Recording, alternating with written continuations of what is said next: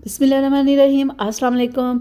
आज मैं आप लोगों के लिए सब्ज़ मिर्च की चटनी ग्रीन चिली सॉस लेके आई हूँ, जिसके लिए मैंने आधा किलो सब्ज़ मिर्च ली है।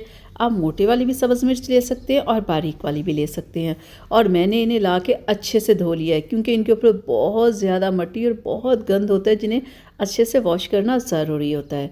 तो वॉश करने के बाद और सब्ज़ मिर्च की ये जो डंडी हैं, ये सारी हम लोग काट लेंगे और जो भी इसमें सब्ज़ मिर्च गंदी होगी उसे भी हम निकाल लेंगे। ये सारी डंडियाँ निकालने के बाद हमने तमाम सब्ज़ मिर्च को अच्छे से ड्राई कर लेना है, ताकि कि इनके ऊपर पानी ना हो। अच्छे से सारी ड्राई होनी चाहिए, क्योंकि हमने इसे करना है स्टोर। ठीक है, तो ये हमने अच्छे से ड्राई कर लिए।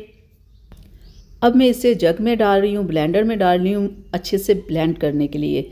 और साथ ही इस पर मैं डाल रही हूँ 3 से 4 टेबलस्पून ऑयल के, और साथ ही मैं इसमें थोड़ा सा नमक डाल रही हूँ। ठीक है, और डालने के बाद अब हम इसे करेंगे अच्छे से ब्लेंड, ताकि हमारा अच्छा सा पेस्ट बन जाए।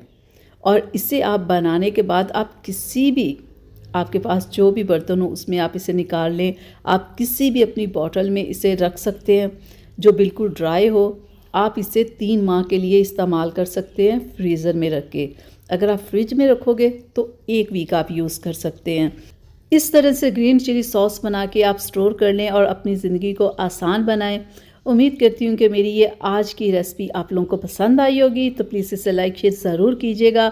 और अगर अभी तक आप लोगों ने चैनल को सब्सक्राइब नहीं किया तो प्लीज़ सब्सक्राइब कर लें, ताकि कि ऐसी ही रेसिपीज़ आप लोगों को मिलती रहें। चलें, अब अगली वीडियो तक के लिए इजाज़त दीजिएगा। अपना बहुत सारा ख्याल रखिएगा। अल्लाह हाफिज़।